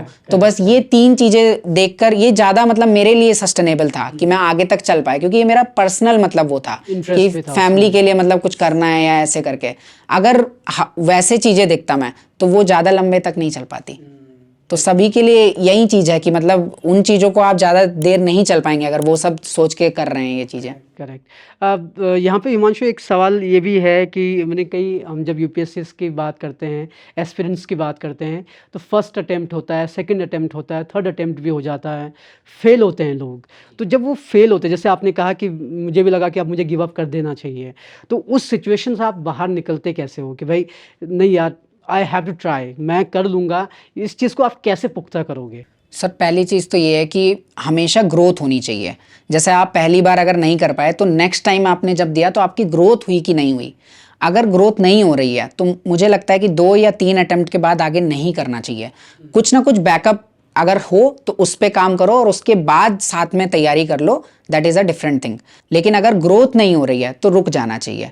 दूसरी तो चीज, आप उस ग्रोथ को मेजर कैसे करेंगे? सर जो हमारे मतलब हम मॉक देते हैं उसमें मार्क्स आएंगे, वहां से पता चलेगा। या हम प्रीलिम्स, जैसे इस साल प्रीलिम्स दिया और नेक्स्ट ईयर प्रीलिम्स दिया है, तो उसके मार्क्स के डिफरेंस देख सकते हैं कि कितने ज़्यादा मार्क्स आ रहे हैं, क्या हमारे बढ़े हैं कि नहीं बढ़े हैं। अगर नहीं बढ़ रहे हैं तो इसका मतलब हमारा डायरेक्शन गलत है, और या तो फिर हम, हो सकता है कि इस चीज़ के लिए बना ही ना हो, तो उस चीज़ में क्यों लगे रहना अगर नहीं है तो। कुछ पहले बी प्लान कर लिया, उस पर वर्क कर लिया, फिर अगेन लगता है तो कर लो, क्योंकि मौके तो 6 इसमें मिलते हैं, जो सिविल सर्विसेज है उसमें 6 मौके मिलते हैं, और एज का भी 32 ईयर्स तक रहता है, तो आगे भी कर सकते हैं। दूसरी बात रही कि मोटिव कैसे मतलब होता है 1-2 बार फेलियर होने के बाद भी, तो मेरा मोटिव का रहता था मेरे फ्रेंड्स, फैमिली और टीचर्स। मतलब मैं जैसे ही डीमोटिवेट होता था, मुझे लगता है डीमोटिवेट का सबसे ज़्यादा बड़ा रीज़न एक ये है कि हम अपने दिमाग के अंदर ही चीज़ों को सोचने लग जाते हैं और उन्हें बाहर नहीं निकालते हैं, तो वो क्या होता है कि नेगेटिव थॉट में कन्वर्ट होने लग जाता है धीमे धीमे करके। तो मैं क्या करता था कि अपने सर को फ़ोन करता था, गुरुराज सर को फ़ोन करता था और डायरेक्ट कहता था कि सर मुझे लग रहा है मैं नहीं कर पाऊंगा। तो सर मुझसे लॉजिकली आंसर पूछते थे कि तुम्हें क्यों लग रहा है तुम नहीं कर पाओगे। तो मैं कहता था मेरे मार्क्स नहीं आ रहे हैं। तो सर कहते थे कि ठीक है, इस सब्जेक्ट पे वर्क करो, वर्क करोगे तो मार्क्स आएंगे। तो मुझे वो लॉजिकल जब कोई चीज़ बताता था तो मैं उस पर काम करने लग जाता था, ना कि इमोशनली सोचूं कि नंबर क्यों नहीं आ रहे हैं। नंबर नहीं आ रहे हैं इसका मतलब सही तरीके से नहीं कर रहा हूँ, तो उसको मेथड को सुधारो और फिर मार्क्स आने लग जाएंगे धीमे धीमे करके। ऐसी फैमिली से बात कर ली, फ्रेंड से बात कर ली, कुछ लोग 1-2 दोस्त ऐसे हैं मेरे, उनसे बोलो तो कहते थे अरे भाई तू तो ऑफिसर बनेगा ही बनेगा, तो क्यों सोच रहा है ऐसे। तो वहाँ से जब ऐसे कोई मतलब बोलता है तो एक विश्वास मतलब लगता है अपने आप पे कि नहीं नहीं हम कर सकते हैं। तो मतलब मैंने यही मेथड फॉलो किया। हिमांशु, एक चीज़ यहाँ पर ये भी आ जाती है, जैसे आपने कहा कि फैमिली से बात करनी चाहिए, फ्रेंड्स से बात करनी चाहिए। कई लोगों के साथ ये दिक्कत हो सकती है कि जब आपने परिवार को बोला कि यार बहुत अच्छा नहीं हो रहा है, और कई माँ बाप बड़े सेंसिटिव होते हैं, कोई बात नहीं बेटा छोड़ दे, कुछ और कर ले, वो आउट ऑफ लव भी बोल सकते हैं, आउट ऑफ एंगर भी बोल सकते हैं कि तेरे से कुछ नहीं हो रहा, कुछ और कर ले। तो दोनों सिचुएशन हो सकती हैं। इस सिचुएशन में क्या डिसीजन उस बच्चे का होना चाहिए? क्योंकि फ्रेंड्स भी आपके, ज़रूरी नहीं कि हर कोई अच्छा होगा, वो आपको डिमोटिवेट करने वाले भी हो सकते हैं कि भैया तेरे बस का नहीं है भाई, तू रहने दे, ये भी बोला जा सकता है, और बोलते हैं, फ्रेंड्स बोलते हैं। तो इन दोनों से कैसे निपटा जाए? क्या अगर हिमांशु को ऐसे फ्रेंड ना मिलते जो उसको मोटिवेट नहीं करते कि नहीं तू कर लेगा, तू ऑफिसर बन जाएगा, या फिर मम्मी नहीं होती जो कहते कि नहीं बेटा तू कर ही लेगा, तो फिर उस सिचुएशन में क्या सोल्यूशन हो सकता है इन चीज़ों का? सर पहले तो फैमिली को अपनी पार्टी में करना बहुत इंपॉर्टेंट है। तो मेरे केस में भी मतलब ये है कि मैं मम्मी को बहुत टाइम से समझाता आ रहा था, तो उनके अंदर भी बिलीफ आ गया था और वो भी मुझे फिर कहने लग गई थी नहीं तू यहीं कर। लेकिन पापा का क्या था कि स्टार्टिंग से थोड़ा बहुत वो थे कि नहीं कुछ और की भी तैयारी कर, तो मैं उनसे बहुत लिमिटेड ही बात करता था, उनसे इतना ज़्यादा नहीं करता था डिस्कस। तो पहली चीज़ तो ये है कि अगर आपके पेरेंट्स नहीं समझ पाते हैं इन चीज़ों को तो आइसोलेट ही रखिए, क्योंकि वो फिर आप डिमोटिवेट होंगे फालतू में, तो वो उसको थोड़ा आइसोलेट कर दीजिए। दूसरा फ्रेंड्स का भी ये है कि कुछ ऐसे फ्रेंड्स रहते थे जो मतलब नेगेटिव वो कर रहे हैं कि तुम अभी तक ऐसे लगे हो, तो मैं क्या करता था कि भले ही 1 या 2 फ्रेंड रखो, लेकिन ऐसे रखो जो हमेशा पॉजिटिव रहें। तो मैं सिर्फ 1 या 2 ही लोगों से बात करता था इस पीरियड में, लेकिन वो हमेशा पॉजिटिविटी ही देते थे। तीसरी चीज़ है कि अगर मान लीजिए ये दोनों ही चीज़ें नहीं हैं, तो मेरे हिसाब से ये है कि सबसे पहले अपना थॉट बहुत ज़्यादा स्ट्रांग बनाइए, और जैसे ही आपको कोई नेगेटिव कमेंट कर रहा है तो आप अपनी पॉजिटिव चीज़ उसके सामने रखिए।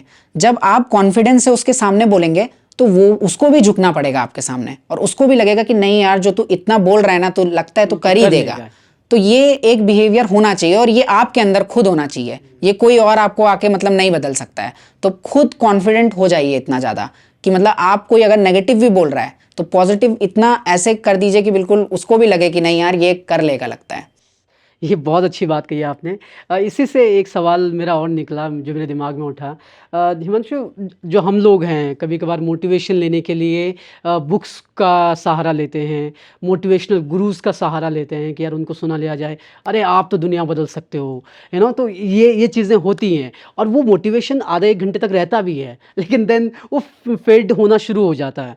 क्या यूपीएससी एस्पिरेंट हो गए या फिर जीवन में जो भी व्यक्ति कुछ ऐसा कर रहा है जो डिफ़िकल्ट टास्क है उसके लिए वो कर रहा है, क्या ये जो सेल्फ हेल्प बुक्स होती हैं, सेल्फ हेल्प टॉक्स होती हैं, ये कितनी मदद कर पाती हैं? सर जैसा कि आपने बोला कि आधे 1 घंटे के लिए तो बहुत मोटिवेट रहते हैं, तो वहीं मेरे साथ भी होता था।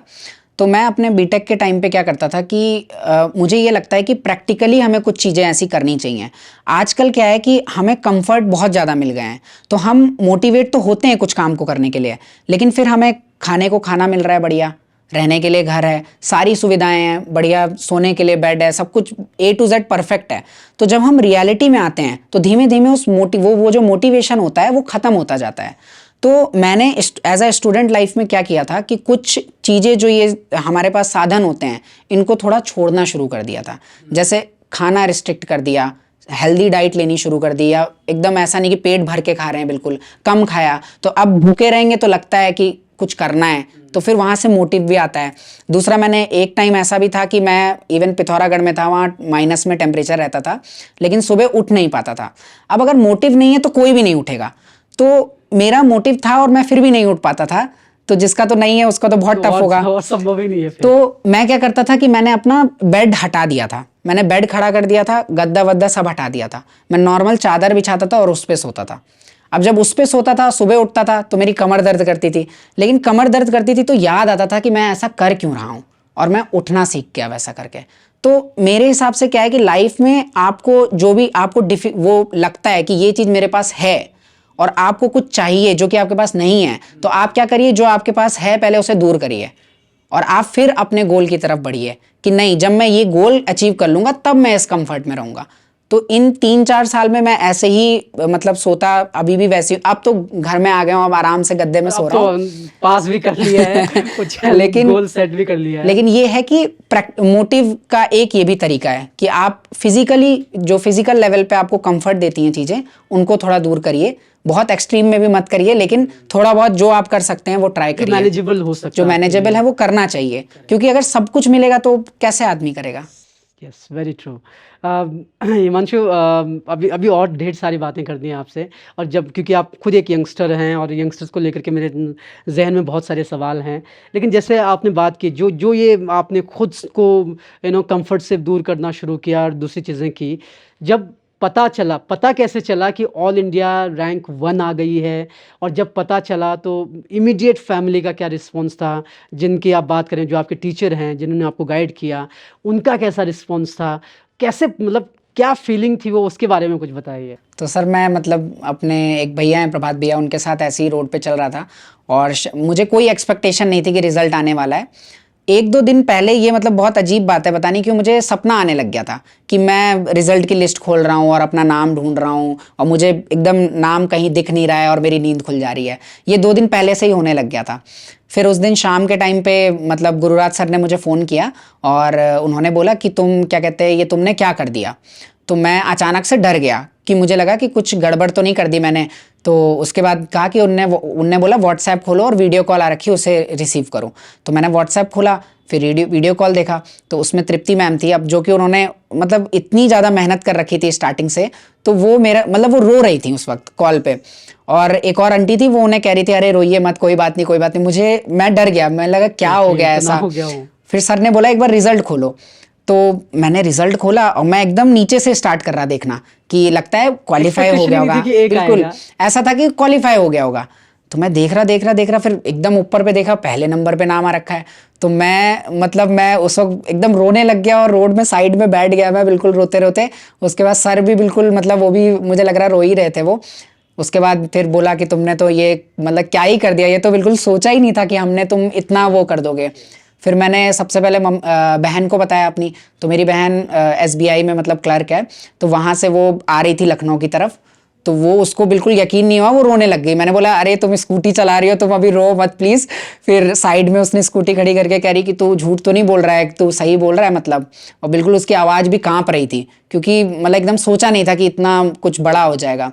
फिर ऐसे ही मम्मी को भी बताया, मम्मी भी रोने लग गई। और पापा भी क्या कहते हैं इतने खुश हो गए थे, मतलब वो तो समझ ही नहीं पा रहे थे कि हुआ क्या। साथ में भैया थे, वो भी रोने लग गए। तो उस दिन पूरी रात मतलब फिर कॉल्स पे कॉल्स आती रहीं, और मतलब पूरी रात में सोया भी नहीं। अब मुझे लगता है मतलब जितने लोग भी मतलब जिन्होंने ये संघर्ष किया था मेरे साथ, सभी लोग उस दिन मतलब ऐसे ही थे कि मतलब क्या हो गया। इवन मेरे कुछ दोस्तों ने मुझे अलग से कॉल करके ये बोला कि भाई तू निकाल लेगा, ये हमें लगता था, लेकिन इतना ये हमें नहीं पता था कि मतलब कह रहे हम भी घबरा गए, हम भी हैरान हो गए कि ये कैसे हो गया।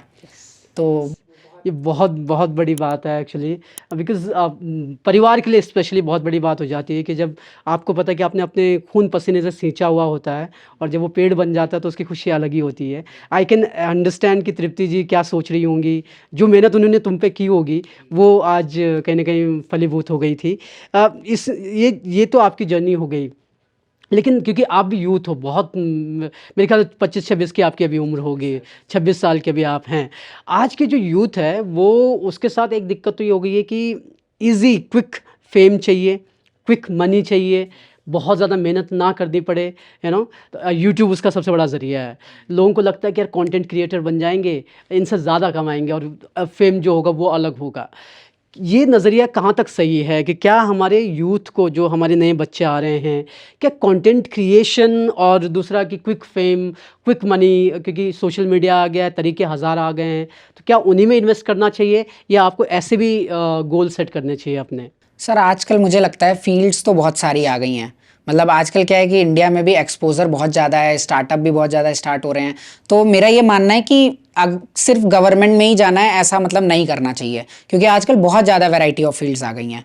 दूसरी बात है कि जो कंटेंट क्रिएशन है उसमें भी आजकल स्कोप बहुत ज़्यादा है, क्योंकि लोगों को आजकल क्या हो गया कि नॉलेज का मतलब एक वो है कि हमें पता चल जाए, और बहुत यूट्यूब में क्या है कि छोटी सी वीडियो में काफ़ी सारी नॉलेज आदमी गेन कर सकता है। तो इसमें क्या है कि फील्ड्स इतनी सारी हैं कि कोई आदमी अगर कोई एक फील्ड पे भी वर्क करे तो वो अच्छा खासा कर सकता है फ्यूचर में। तो गलत नहीं है अगर कोई कंटेंट क्रिएशन करना चाहता है, लेकिन इंटेंशन बहुत ज़्यादा क्लियर होना चाहिए। अगर वो फेम के चक्कर में ये करेगा तो कहीं ना कहीं जाके वो पीछे रह जाएगा किसी ना किसी चीज़ में, क्योंकि यूट्यूब में क्या है कि अगर वीडियो नहीं हो रही है, काम नहीं कर रही है कुछ टाइम बाद, तो फिर डिमोटिवेशन हो जाएगा और अगेन वो उस चीज़ को छोड़ देंगे। तो इसलिए क्या है कि इंटेंशन बहुत क्लियर होना चाहिए कि मतलब आउटकम क्या है, क्या वो लोगों को सिखाना चाहते हैं, क्या वो जागरूक करना चाहते हैं लोगों को। अगर ये सब इंटेंशन होगा तो वो ज़्यादा टाइम तक सस्टेन कर पाएंगे उस चीज़ को। तो मेरे हिसाब से यही है कि क्विक रिजल्ट के पीछे तो बिल्कुल भी नहीं भागना चाहिए, वो चाहे किसी भी फील्ड में हो। धीमे धीमे करके अपनी पाथ पे फोकस करना चाहिए, जर्नी पे फोकस करना चाहिए, तो फिर तब जाके कुछ ना कुछ पॉजिटिव रिजल्ट मिलेगा। थोड़ा सा पहाड़ पे आते हैं हम लोग, और क्योंकि आप भी खुद पहाड़ से दूर बैठे हुए हैं, मैं भी खुद पहाड़ से दूर बैठा हुआ हूँ, और मुझे लगता है कि ये सवाल अक्सर उठाया जाता है कि उत्तराखंड में पलायन एक बहुत बड़ी समस्या है, बहुत विकराल होती जा रही है।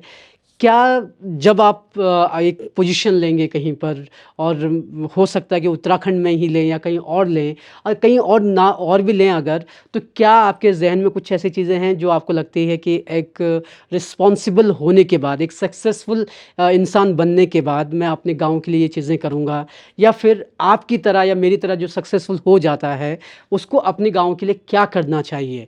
भले ही आप बाहर रह रहे हों, लेकिन कम से कम उस माइग्रेशन के 1% को भी कम करने के लिए, अपने गांव के हालात को बेहतर करने के लिए क्या किया जा सकता है? सर अभी तो ऐसा है कि पहले मैं अपनी फील्ड में जाना चाहूँगा, समझना चाहूँगा कि मैं क्या कर सकता हूँ फील्ड में रह के। तो जब मुझे वो चीज़, मेरा स्कोप समझ में आ जाएगा, उसके बाद मैं अपनी फील्ड के थ्रू सोचूंगा कि मैं अपने गाँव के लिए क्या कर सकता हूँ, अगर है मेरे दायरे में तो। लेकिन दूसरी चीज़ है कि मैं अपने लेवल पे फिर भी क्या चीज़ कर सकता हूँ।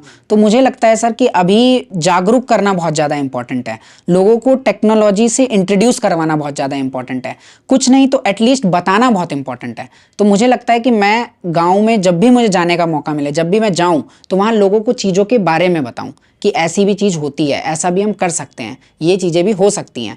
इवन जो एग्रीकल्चर है, फार्मिंग है, उसमें भी काफ़ी चीज़ें करी जा सकती हैं, मतलब टेक्नोलॉजी को इंक्लूड किया जा सकता है। तो मैं अभी जिस उस पे हूँ उस पे इतना ही सोचता हूँ कि मैं अगर सिर्फ जागरूक भी कर सकूँ, किसी को चीज़ के बारे में बता भी सकूँ, तो मेरे हिसाब से वो इनफ है। बाकी धीमे धीमे करके आगे भी देखा जा सकता है कि बड़े लेवल पे क्या कर सकते हैं, लेकिन छोटे लेवल पे मुझे लगता है लोगों को बताना बहुत ज़रूरी है, क्योंकि लोगों को पता ही नहीं है आजकल कि मतलब वो कर क्या सकते हैं। ज़्यादातर उत्तराखंड में या तो फिर आर्मी के लिए या तो फिर होटल मैनेजमेंट के लिए, लेकिन इसके अलावा भी बहुत सारी चीज़ें हैं। वो कब उन्हें पता चलेंगी, जब कोई, या तो फिर उन्हें बाहर का कोई व्यक्ति बताए कि ऐसी चीज़ें भी होती हैं, और या तो फिर वो बाहर निकलें। तो निकलेंगे तो अगेन फिर वही है कि वो बाहर ही रह जाएंगे। तो इससे बढ़िया ये है कि हम जब भी हमें मौका मिलता है, कोई भी जो बाहर रहते हैं वो जब भी गांव जाते हैं अपने, तो वो बताएं बाहर के बारे में। तो उससे चीज़ें थोड़ी बहुत उन तक पहुंच सकती हैं कि उनसे भाई पहुंच सकते क्या किया जा सकता है, कैसे चीज़ें हो सकती हैं। हैं। और अगर आप रिसोर्सेज प्रोवाइड कर सकते हैं थोड़ा बहुत तो वो और अच्छा है। जैसे किसी बच्चे को अगर आप किसी तरीके से हेल्प कर सकते हैं, या जैसे कई लोग मैंने सुना है महीने भर के लिए हर बार गाँव जाते हैं, तो वो उनको पढ़ा सकते हैं उस टाइम के लिए। जितने बच्चे मिल रहे हैं डेली थोड़ा बहुत कुछ पढ़ा दिया, तो ऐसे करके कोई एक ना एक बच्चा तो कोई होगा जो मोटिवेट हो जाएगा, जो सोचेगा कि हाँ हम भी कुछ अलग कर सकते हैं। यस, तो और उसका रास्ता कहीं ना कहीं से एक किसी न किसी की बात करने से निकलेगा। Very true. तो हिमांशु, हम इंटरव्यू के आखिरी सेगमेंट में हैं, और इंटरव्यू के इस आखिरी सेगमेंट में मैं पहले तो ये जानना चाहूँगा कि आप पास हो गए हैं, रैंक भी आ गई है, सब कुछ हो गया है, अब आगे की प्रोसेस क्या होगी, कैसे आप ऑफिसर बनोगे, कहाँ आपका सिलेक्शन होगा, कैसे ये सारी चीज़ें तय होंगी? तो सर सबसे पहले तो जो ये मेरिट लिस्ट आती है इसके बाद हमारा मेडिकल होता है। तो मेडिकल मेरा हो चुका है और मार्च में इसका आ जाएगा कि क्लियर है कि नहीं है। और काफ़ी बेसिक होता है, इसमें ऐसा कुछ नहीं होता है कि बहुत जैसे आर्मी में बहुत ज़्यादा टफ होता है, बट इसका बहुत बेसिक चीज़ें चेक करी जाती हैं। और इसमें आउट होना मतलब रेयर है, बहुत रेयर है, नहीं होते हैं आउट। तो इसके बाद मार्च में देन अगेन एक मौका और मिलता है, अगर किसी के कुछ कमी है तो उसको 3 महीने का और टाइम मिलेगा और वो फिर से मेडिकल करवा सकता है अपना। देन अगस्त या सितंबर में हमारा ट्रेनिंग स्टार्ट होगा। तो अब हमारे इसमें कई सारे विभाग होते हैं, जैसे इंडियन टेलीकॉम सर्विसेज है जो मैंने अपनी पहली उसमें डाला था, ऐसे ही रेलवेज़ है, ऐसे ही स्किल डेवलपमेंट का भी होता है, और नेवी में भी इसका विभाग है एक। तो ऐसे अलग अलग विभाग हैं और उनके हिसाब से अलग अलग जगह पे ट्रेनिंग होती है। तो मेरी जो मैंने ITS चूज़ किया है उसकी ट्रेनिंग होती है गाज़ियाबाद में। तो 2 साल हमारी ट्रेनिंग होगी। इस ट्रेनिंग में मैंने जहाँ तक सुना है हमारा स्केड्यूल बनता है और उसमें पूरे इंडिया में, जैसे भारत भ्रमण कहते हैं, उस टाइप का पूरा होता है। अलग अलग डिपार्टमेंट दिखाए जाएंगे हमको और वहाँ से काम को समझाया जाएगा कि किस तरीके से होता है, क्योंकि हम एक बहुत बड़े कॉम्प्लेक्स स्ट्रक्चर में एंटर करने जा रहे हैं। तो वो इतनी जल्दी हमको डायरेक्ट फील्ड में नहीं छोड़ा जाएगा, 2 साल लगेगा हमें समझने में कि क्या चीज़ है। एंड देन 2 साल के बाद हमें डायरेक्ट पोस्टिंग मिलेगी कि इस पर्टिकुलर जगह में जाके आप संभालिए। और उसके बाद आपका काम शुरू होगा। तो एक यहाँ पर भी जैसे कि UPSC CSC की आपने बात की, सिविल सर्विसेज वाले जो होते हैं, उन जो मोटिवेशनल वाले वीडियो देखते हैं वो ज़्यादातर इसी की होती हैं कि उन्हीं के पीछे एक काफ़िला चल रहा होता है और आप जो है एक शान और शौकत के साथ। क्या ये इंजीनियरिंग वाले पर्सपेक्टिव में भी होता है? जी, इसमें भी ये चीज़ बहुत होती है कि मतलब इवन कई लोग जो गवर्नमेंट की अलग उसमें, जैसे PSUs बोलते हैं हमारे उसमें, तो जैसे ऑयल इंडिया हो गया, IOCL हो गया, इन सब में भी नौकरी कर रहे होते हैं। लेकिन ये एक सच्चाई भी है कि जो इंजीनियरिंग सर्विसेज में आपको जो भी पोजीशन मिलेगी वो सेंट्रल गवर्नमेंट के थ्रू मिलती है, तो उसमें जो पावर होती है वो डिफरेंस होता ही होता है। तो इसलिए कई लोग PSU की जॉब छोड़ के इसकी तैयारी करते हैं सिर्फ पावर के लिए। तो पावर का डिफरेंस तो है। तो ये चीज़ें, लेकिन जो आपका फील्ड है टेक्निकल है, टेक्निकल है, जहाँ पे आप टेक्निकल में जाओगे। हाँ जी, उसमें पावर मिलेगी। ओके, उसकी अपनी पावर्स होगी, उसकी अपनी पावर्स ऑब्वियस सी हैं, बात है, CSC की क्योंकि अपनी जो powers पॉलिसी होगी। मेकिंग होती है, जैसे हमारे में अभी 5G है, 6G आ रहा है, या ऑप्टिकल फाइबर केबल्स की लाइन लगानी है, तो उसमें जो पॉलिसी मेकिंग होती है वहाँ कहीं ना कहीं हम योगदान दे सकते हैं। तो पावर तो मिलती है और कुछ अच्छा बदलाव करने का भी मौका मिलता है। लेकिन ये नहीं है कि हम अभी ज्वाइन करेंगे और हमें डायरेक्ट ये सब हमें पकड़ा दिया जाएगा। कम से कम 10-12 साल बाद, 15 साल बाद हमको इतनी पावर मिलेगी कि हम कुछ ना कुछ मतलब अपने हिसाब से भी चीज़ों को कर सकते हैं। Very true. हिमांशु, आखिरी सवाल। हिमांशु ने तो क्रैक कर लिया। हिमांशु आज अब उनका नया सफ़र शुरू होगा, पर जो पहाड़ के युवा हैं, जो करना चाहते हैं, जो डीमोटिवेटेड हैं कि यार नहीं, तो हम तो गांव से आते हैं, हमारे पास ज़्यादा संसाधन नहीं हैं, हमारे पास ज़्यादा सुविधाएं नहीं हैं, हम नहीं कर पाएंगे, and they don't even attempt. तो वो कोशिश भी नहीं करते कि भले ही UPSC की बात हो, भले ही कोई दूसरा उनका जो गोल है उसकी बात हो। तो हिमांशु की तरफ से उनके लिए क्या संदेश होगा कि जो आप हासिल करना चाहते हैं, क्योंकि मैं यहाँ बैठा हूँ और मुझे आसमान को छूना है, तो आसमान को छूने के लिए जो सीढ़ियाँ लगनी वो मेरे पास है नहीं, और मुझे लगता है कि वो संभव भी नहीं है कि सीढ़ियाँ आएंगी। तो कैसे मैं इस गैप को भरूं, क्या तरीका हो सकता है कि नहीं आप, या तो मैं छोड़ दूं वो गोल को कि नहीं मेरे बस का है नहीं, मुझे मिल भी नहीं पाएगा, ना पैसे हैं मेरे पास, ना फैमिली उस तरह की है, तो क्या किया जाए कि आपका जो गोल है वो आपको मिल जाए, और क्या आपको डिमोटिवेट होने से रोक सकता है?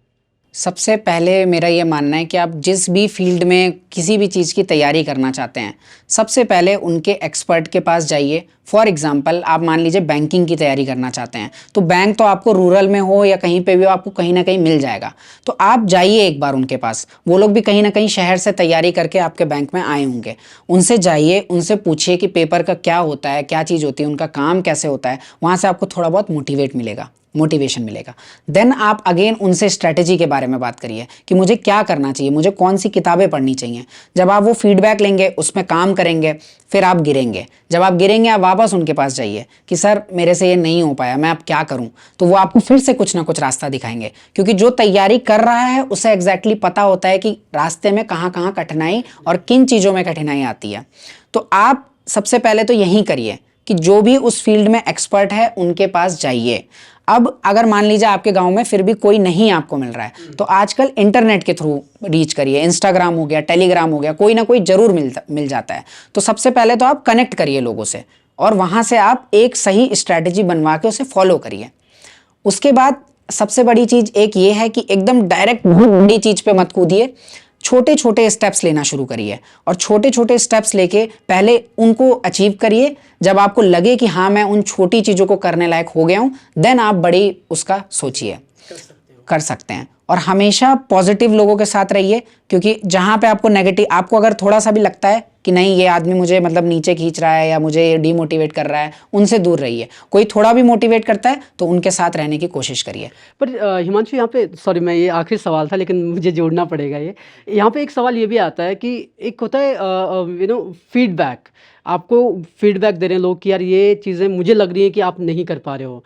फीडबैक और डीमोटिवेशन में कि भाई कोई बंदा मुझे डीमोटिवेट कर रहा है या मुझे ट्रूली स्ट्रक्चरल फीडबैक दे रहा है, कैसे वो डिफरेंस करें? सर, जो वो फीडबैक दे रहा है ना, वो इमोशनल अगर है और अगर लॉजिकल नहीं है, लॉजिकल इन द सेंस अगर वो कोई मैकेनिज्म बता रहा है कि आप ये चीज़ करना चाहते हो और ये नहीं हो पा रही है, तो ऐसा कुछ मतलब वो सॉल्यूशन भी अगर दे, तो तब आप उसको वो करिए।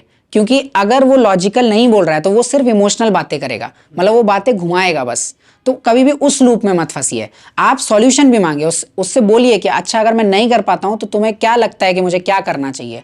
तो फिर आप जब वो कुछ लॉजिकल चीज बताए कि नहीं तुम यहां पे लैग कर रहे हो, या तो फिर वो आपको एग्जैक्ट चीज समझा दे कि तुम्हारे अंदर ये कमी है, तो आप उससे पूछिए कि मैं इसे कैसे सुधार सकता हूं, और फिर आप उस चीज पे वर्क करिए। और दूसरी बात, कभी भी जो सजेशन है वो हमेशा जो उस फील्ड में एक्सपर्ट हो उसी से लेने की कोशिश करिए। क्योंकि अगर आप मान लीजिए किसी ने कुछ अचीव नहीं किया है और फिर भी वो बातें कर रहा है, तो वो तो फिर बातें ही होती हैं, फिर उसका कोई मतलब नहीं होता है। मतलब नहीं निकलेगा। हिमांशु, इसको आखिरी सवाल बनाते हैं। और एक एक मेरे जहन में, क्योंकि हम लोग यूपीएससी का देखते रहते हैं और ऑनलाइन जो ये मॉक इंटरव्यूज़ होते हैं कि एक पैनल बैठा हुआ है और उसमें सामने जो है हिमांशु बैठते हैं या कोई दूसरा बंदा बैठेगा। एक चीज़ तो समझ में आती है कि एग्ज़ाम देने से पहले आपके मॉक इंटरव्यूज़ होते हैं, वो आपकी प्रैक्टिस होती है। लेकिन आपका मैं एक मॉक इंटरव्यू देख रहा था जिसमें बाकायदा लिखा हुआ है कि ऑल इंडिया रैंक 1 आई है और ये सब चीज़ें आई हैं। पास होने के बाद मॉक इंटरव्यूज़ ये पहले होते हैं या पास होने के बाद होते हैं, और क्यों होते हैं, मतलब क्या फ़ायदा इनका मिलता है हमें? तो सर ये जो मेरा इंटरव्यू है ये पहले का ही है, और दूसरी बात मतलब बाद में नहीं, पहले ही रिकॉर्ड हो जाता है, पहले ही मॉक इंटरव्यू लिया जाता है और उसके बाद अपलोड कर लेते हैं जब रैंक आती है। तो इसमें सर फ़ायदा तो बहुत ज़्यादा होता है, क्योंकि जो मेरा इवन वो वाला इंटरव्यू है उसमें मैं ऐसे ही जूते में चला गया था और मैंने टाई भी टाइट नहीं बांधी थी, और मैंने कभी भी क्लीन शेविंग नहीं करी थी, मैं हमेशा ट्रिमिंग करता था। तो वहाँ पे मतलब मुझे फीडबैक मिला कि नहीं क्लीन शेविंग होनी चाहिए। तो ये जो छोटी छोटी चीज़ें होती हैं वो लोग समझाते हैं। तो इन चीज़ों पे जब तक मतलब एक प्रैक्टिकल आप जाओगे नहीं तब तक आपको पता नहीं चलेगा। तो इम्पॉर्टेंट होते हैं मॉक। दूसरी चीज़, जब आप मेन इंटरव्यू में भी जाएंगे तो वहाँ पे बहुत ज़्यादा रैंडम कुछ भी पूछा जा सकता है, और सेम चीज़ मॉक का भी वही वो है कि रैंडम आपका नाम देख के, आपका कुछ भी देख के आपसे कुछ भी पूछ सकते हैं। तो हेल्प तो बहुत करते हैं मॉक इंटरव्यूज़। ओके, आखिरी सवाल आखिरी सवाल ये है कि जब हम बात करें, जैसे आपने कहा कि मैं चीज़ें प्रिपेयर हो करके आपको, आपका अटायर जो हो गया, आपकी सारी चीज़ें हो गई, 2-3 टिप्स क्या हो सकते हैं कि जब आप किसी इंटरव्यू के लिए जाएं, चाहे यूपीएससी का हो या नॉर्मल इंटरव्यू हो, क्या वो बेसिक जनरल चीज़ें हो सकती हैं जिनका आपको ध्यान रखना चाहिए? सर जो सबसे पहले पहनावा बहुत ज़्यादा इम्पोर्टेंट है। तो प्रॉपर जितना जो भी मतलब अगर कोट पहनना है या पूरा सूट होना चाहिए तो वो आप जितना बेस्ट कर सकते हो अपने हिसाब से उतना लेके जाओ, उसमें मतलब कॉम्प्रोमाइज़ मत करो, क्योंकि ये एक टाइम की बात है और आधे घंटे में आपका इंप्रेशन पड़ना है, आधे या 40 मिनट्स में, तो उसमें सबसे ज़्यादा बेस्ट अटायर होना चाहिए। दूसरी चीज़ कि आपको जब वहाँ पे बात करनी है तो बहुत ज़्यादा सोच समझ के बात करनी है, मतलब पॉज लेना है, ऐसा नहीं कि हड़बड़ी में बस जल्दी से जवाब देना है। तो आप भले ही 10 सेकंड सोच लें पहले और उसके बाद जवाब दें, तो ये दूसरी बहुत इंपॉर्टेंट चीज़ है। तीसरी चीज़ है कि जैसे आम भाषा में जब हम लोग बात करते हैं तो हम लोग कोई भी वर्ड्स ऐसे ही यूज़ कर देते हैं, वहाँ पे हमें बहुत ज़्यादा ख्याल रखना है कि हम लोग ऐसे लूज वर्ड्स को यूज़ ना करें, एकदम एक्यूरेट जो चीज़ आपको पता है वही चीज़ का ही इस्तेमाल करें। और फोर्थ है कि आपको ऑनेस्ट रहना है। अगर आपको चीज़ नहीं आती है तो आप डायरेक्ट बोल दीजिए, क्योंकि मेरे इंटरव्यू में भी एक दो चीज़ें ऐसे रैंडम ऐसे पूछी गई कि मतलब मैंने कभी सुना नहीं था, लेकिन मैंने गेस नहीं लिया, मैंने डायरेक्ट बोला कि मैंने आज तक ये चीज़ सुनी ही नहीं है। तो ऑनेस्टी बहुत ज़्यादा इंपॉर्टेंट है और इसी से आप आगे लैडर पार कर पाओगे। Very true.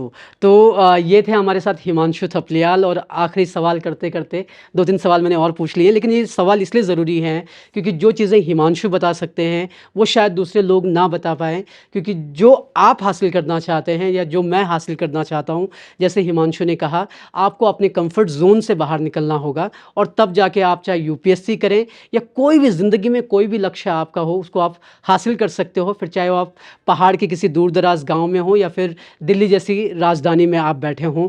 Thank you Himanshu, thank you very much. आपने बहुत सारी इनसाइट्स हमें दी, and not just for UPSC but एक जनरल टर्म्स में लाइफ में आपको कैसे जाना है, क्या करना है, उनके बारे में आपने बात की। थैंक यू वेरी मच हमें समय देने के लिए। Thank you so much sir. मैं पूरे घुघुती परिवार का भी बहुत ज़्यादा धन्यवाद करना चाहता हूँ।